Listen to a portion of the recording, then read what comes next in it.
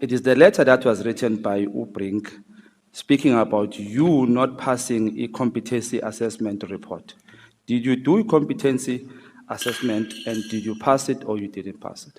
Why pass and why fail? Well, I don't. It doesn't say you failed it like it's a it's like whether you passed. What do you call it? Let me say it was not positive. Why pass and why fail? Okay, let me say I fail. Okay. Do you know Brown Mogotsi? I know Brown Mogotsi. How do you know him? Brown Mogotsi, I know him as an activist in Northwest, but I didn't know him. I also Googled him and I saw him at some point. He was commenting and making it was an interview, but relating to the former premier and Gauteng, former premier of Northwest, and he also contacted me. Remember that he would also collect some information there around there, what is going on, whether be it the tender-related corruptions there or concerns that he had, and then also he ended up also aiding the fact that look. I just also want to warn you that you must know that the intelligence people are working on you. They are busy in your case after you. I knew about it, and then he was just telling me something that I was aware of. And I even spoke to the National Commissioner about it at some point. I said, NASCOM, I know I just got this strange call from this person. He says he's Brown. I didn't know Brown Mogotsi, but he said he's Brown. And then we were leaving his office, and the National Commissioner said, well, let's keep on listening to him and let's hear what he says, and I didn't entertain it further. What is your relationship, if any, with Brown Mogotsi? No, Senior Counsel, just before you proceed, General, are you saying that he called you? Called me. You called me, Chair. And informed you that the intelligence people are listening to you or are investigating you? Yes, Chair, and that was the case. Without you having had a discussion with him before about a matter like that? Yes, Chair. Okay. I had not even met him, not even once. Even my records can show. But he phoned you? He did call me. So his phone will show that? His phone will show that he phoned you? Yes, the record can indicate that. The records are there, they should be there. Yeah. So how does he get your number? I mean, a senior person like you in the police, I'm sure a lot of our citizens would want to phone higher up sometimes when they're frustrated because a crime that's not being addressed or followed up or solved, and then they want to phone higher up. Now, you don't know this guy? Counsel, I don't know this guy. I never contacted him before, and you do get it because at this level, you get calls from citizens of this country, and they will tell you that I'm so-and-so, I've been given your number by so-and-so and so-and-so. The big five that is being spoken about is not there. And if it is indeed true, it is there, it exists, why are they not being arrested? For drugs or for whatever reason it may be. But personally, I'm not involved in the big five. I don't know the big five. So I'm just saying, you ask a simple question, are there cartels or are there factionalism in the South African Police Service? I'm tempted to say yes, but I think it's better left to this committee to look at what is happening after our presentation and decide on that thing. Oh, lies, lies, lies. And everywhere is lies. Do you know Kat Matlala? I know Kat Matlala. Okay. How do you know him? Have you got a relationship with him? No. Before I came back to the police, I didn't know Kat. Mr. Matlala. I didn't know Mr. Matlala, and I got to know Mr. Matlala when he called asking, wanting to meet. And I said, no, come to the office. When was that call? The call was around about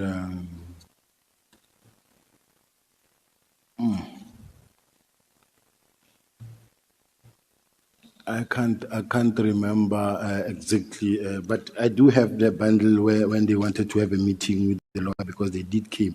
I don't know with my legal team whether we did put. I have it, Chair. If we can maybe like during lunch or after, just produce the paperwork. Unless Can you look at this is annexed to. Thank you, Maria. This is at pages 203 to 205 to your statement. It's not 203, 205.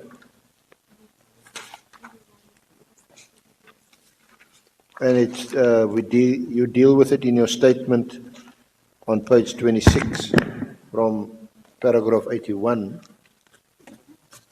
Because I don't want to, when we start tomorrow, then it's like we are misleading the witness on the day. So this clarity, it doesn't come up clean, General. I think when you said there's no crime intelligence, do you really mean that there's no crime intelligence in the country or something else? Because what you said on record is that in this country, there's no crime intelligence. I thank you, Chair. Look, Chair, literally speaking, I don't say there is no crime intelligence. They don't exist. They exist, but there has been instances even where General Mkhwanazi himself is saying that in case that then there's no crime intelligence really that is giving satisfactory performance there because you have a lot that is going on. There were instances where you find that there is cash in transit, sometimes 2, 3, 4 times in a day, even in the Eastern Cape. Yes, now we say we need crime intelligence that will immediately after crime has been committed. That day, that week, we need to already know who's involved. This is the crime intelligence that we are looking for, that is proactive. Many a times that will know things before they happen sometimes, because they've got informers on the ground, they will know what is going on. I don't necessarily mean that there is no crime intelligence. And if this is what it meant or how it was understood, Chair, let me withdraw it now at this point in time.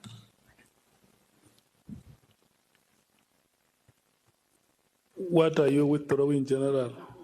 The statement that says there's no crime intelligence, because I wasn't meaning literally speaking that there's no crime intelligence. The one that you said that you are not happy with the progress that crime intelligence is making, you stand by it? I stand by it. Okay, thank you so much. Honorable James.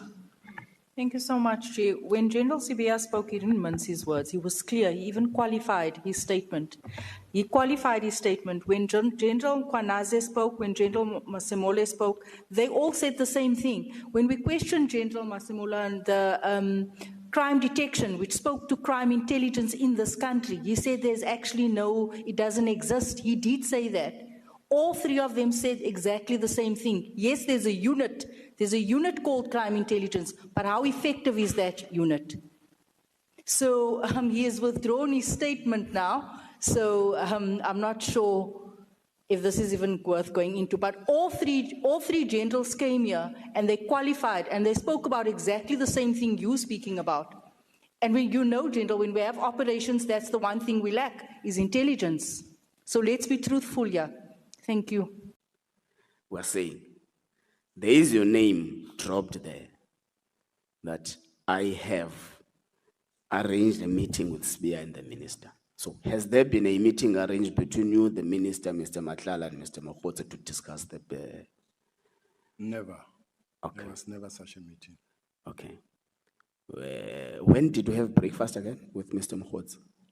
I think it was on the 8th of January. Of January 2025. Yeah, Chair, I may be wrong. He came for the 8th of January meeting. And I take it that it was in the morning, but normally because of we are working as the South African police, we would wake up early and be on the ground. So I don't know whether it could be the day before or that, but it did come, I confirm, we met. When did SAPS raid Mr. Matlala's homestead and confiscate his phone? They say it's on the 6th Of December. That's what I read in the statement. December Yeah. last year. It was on the 6th of December because in one of the statements that I read, it says it was the raid of the 6th of December that led to the beginning of the disbandment of the Okay. task. When did Mr. Matlala get arrested? In your knowledge? Far deep in May This year. this year. So the breakfast dates the arrest and these messages are taken on the basis of the arrest and confiscation. So fine, let's leave it general. Let's just leave it there. So General Mkhwanazi alleges that they have scanned, they have audited the dockets to check if they are in the same shape as they were when they were taken. We say I think they found about 5 with some minor deficiencies, with some missing pages and all that. Are you aware of that? I heard him, but I don't agree with that. To Ket Matlala. Is it true that Ket Matlala paid an amount of 2 million towards the purchase of your plot in St. Kieran in Pretoria? I don't know because my plot is procured, is bought through the bank, and there's no 2 million that was paid. So it's not true. It's not true. You said Ket came to your office to discuss about the tender. Did I hear you correctly? No, you didn't hear me correctly. Where did you meet up? I said he came to the office to Yes. discuss the issue of the fact that he's been awarded a tender and then he's got a lease agreement to do to occupy the facility, and then he was not being allowed to occupy the facility. This is the meeting that was intended for the National Commissioner, but the National Commissioner was not there. I was the one acting. Yeah, but that is what I was saying as well. Now, did you see it appropriate to meet a service provider? I meet everybody. Even if he's a service provider, he is a stakeholder, but at that time, in his capacity, he was more of a complainant. Who signed his appointment letter? A letter that was appointing him to work for the department. I don't know whether it's the National Commissioner or supply chain, but I was not part thereof. Now, why did he not refer that concern to them? He came Because they are the ones, General. I see a general who's all over the place here, meeting business people. They are the ones who appointed him to work for the department, not you. They are the ones who signed the appointment letter. How does it get to you to speak about a tender? I don't think it's correct to say to speak about the tender. Let me just do like this. Honorable Nombalo, let's go easy on the general. When I say easy, I don't mean you must not be robust.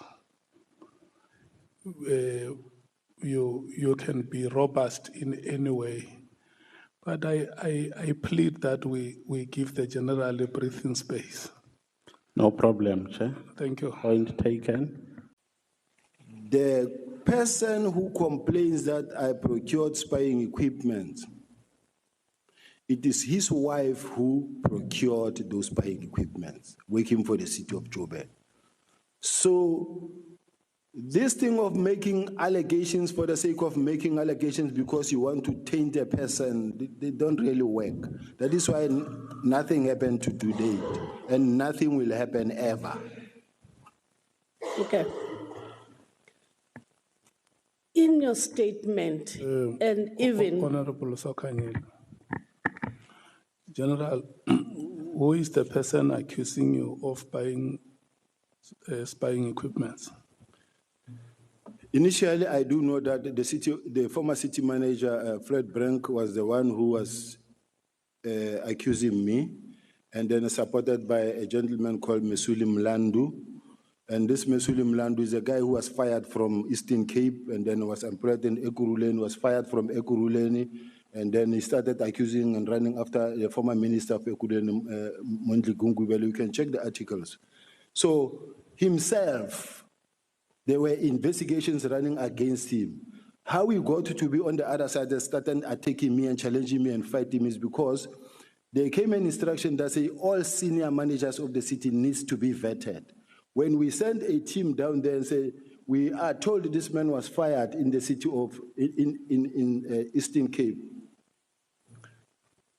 he started saying, no, I'm conducting clandestine investigations against him. They are not clandestine investigations. Everybody must just submit the Z04, 204 papers so that everybody can be vetted. But he didn't want to be vetted at all. And above all, there were investigations that were registered where he assisted in the employment of a lady called Anela Kwababa, who had the qualifications of being a registered nurse somewhere there, because she created the impression that she's got HR-related qualifications when she did not have HR qualifications. Even now, I think she doesn't have, but this is a person who's occupying the most high position in terms of HR-related.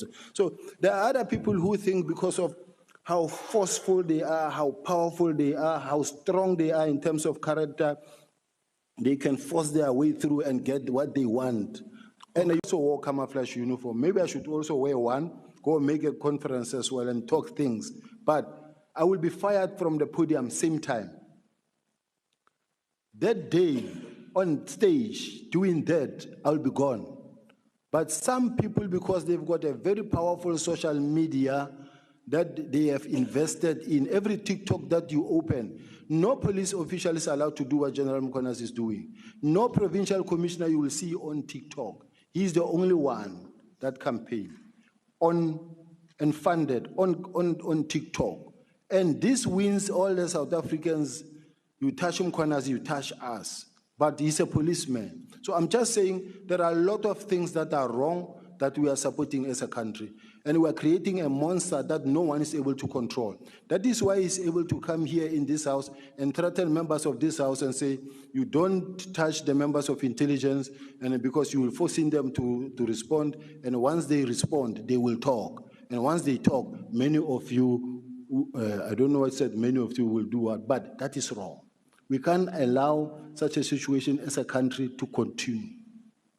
So all I'm saying is that if the purpose for which he wants crime intelligence to continue and the political testing to continue, and then the next thing, nobody can touch them because they use this political killing testing to conduct their investigations. They also controlling intelligence. They've got intelligence on everyone. Whoever wants to come closer to them, then that person gets threatened, say that we will talk.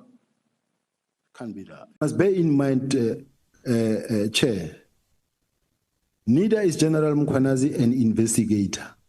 Doesn't know anything about investigation. Colonel Khumalo, Lieutenant Colonel Khumalo, was Mkhwanazi's driver. He's also investigating this thing. I don't know if General Khumalo's got investigation. I know he's investigating, but he's never been an investigator. I don't remember him being trained as an investigator, unless he's got that certificate that says he did investigation. I might be wrong. Now, the same member of the political killing task team members, including Lieutenant Colonel Khumalo, these are the team that are investigating, going, kicking the doors. There are so many cases opened. They went to Fort Hare University and they took money from accused number 1 at Fort Hare University. That matter is investigated by the DPCI. There is evidence, they don't deny, but nothing is happening. Why some of the people are above the law? They can do as they please. Nobody takes action because no, they are protected. We need to know how many cases were opened against these political killing task team members. They are there. No action is being taken because no. There are some powerful individuals that cannot be questioned. It's wrong. The country shouldn't allow this. I'm the Deputy National Commissioner of Crime Detection. I am allowed to speak to a Deputy Provincial Commissioner of Crime Detection. That's the first part. But the second part is that because when I speak to General Mkhwanazi, when I call him, many a times I call him when the relationship was all fine. You will call him, you won't find him because mostly he's engaged in meeting, whether he's engaged in a meeting with executive, business forum, or taxi people, but he's mostly involved in meetings. Now, he's the kind of a person who, when he's chairing a meeting, he will never take a phone and answer to your phone, but he will definitely come back to you much later. Now, I'm sitting here in making sure that since the minister said, may I see the team tomorrow so that I can brief them, I can hear what happened and how they got there. The minister didn't want to interfere, but remember that he is the Minister of Police. He conduct a lot of interviews. He wants to be able to account or to speak about it. So he said, can you get me the team to come and brief me so that I get to hear how we got here? And me trying to speak to General Mogotsi to arrange and also to please inform the PC on my behalf. Like it happens in many other provinces, I never thought General Mkhwanazi will actually take it too hard like he did. Similar situations have happened in Mpumalanga. Similar situations happened in Mpumalanga where the National Commissioner wanted to meet the team that was involved in a particular, I think it was a case where we found a arms catch or the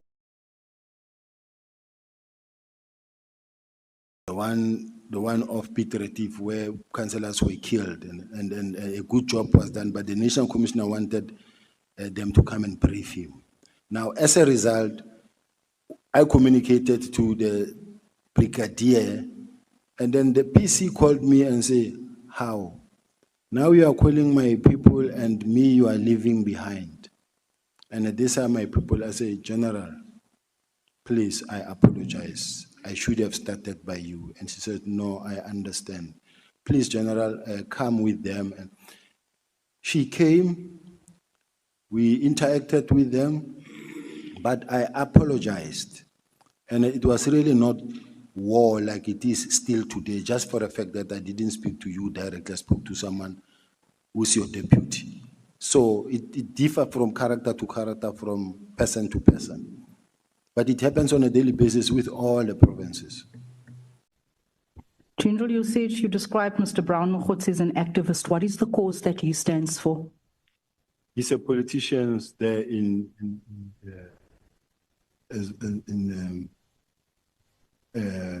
Mahike. A politician for which party? I think it's the African National Congress.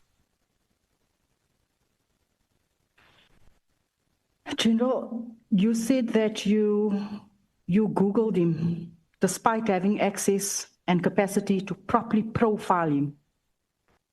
Why would you take to Google and not profile him? I just Googled him to want to know who's this Brown Mogotsi, and I listened to one of his videos. I didn't profile him. So someone comes to you and tells you that there's a plot against you, you don't profile him as being the head of crime intelligence, you just Google him. Yeah, just check who it is, and then from there. So your evidence is that you accepted several calls and correspondence from Brown Mogotsi, each time receiving further information from him without once verifying who he was or identifying where his information originated from. Can you please repeat, Honorable Member? In your testimony, General, you said that you know him maybe 5 times less, but you also said that you have accepted several calls and correspondence from Brown Mogotsi, each time receiving further information from him without once verifying who he really was or identifying where his information originated from. Oh, I mean, I saw the man is from Northwest, and this is the man that is also on TV. I didn't need to profile him. Okay. I put it to you that this leaves us with 2 possibilities. Either you were negligent in your duties, or your relationship with Mr. Mogotsi went far beyond what you are telling this committee today. Because you said to us maybe 5 times less. So which is it? Were you negligent, or do you actually have a relationship with Mr. Mogotsi? If you remember very well, committee members, I said I met Brown twice.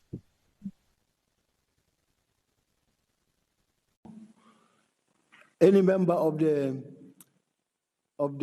ad hoc that I know, I've worked for a very long time with Honorable James. I know her. I've worked for a long time with Honorable Glenis. I've worked with some members I saw in the portfolios where we account. I know the chairperson for portfolio committee from the portfolio committee, not anywhere else. So these are the only members. Honorable Kola Danabayanat, I know, not personally per se, just official capacities.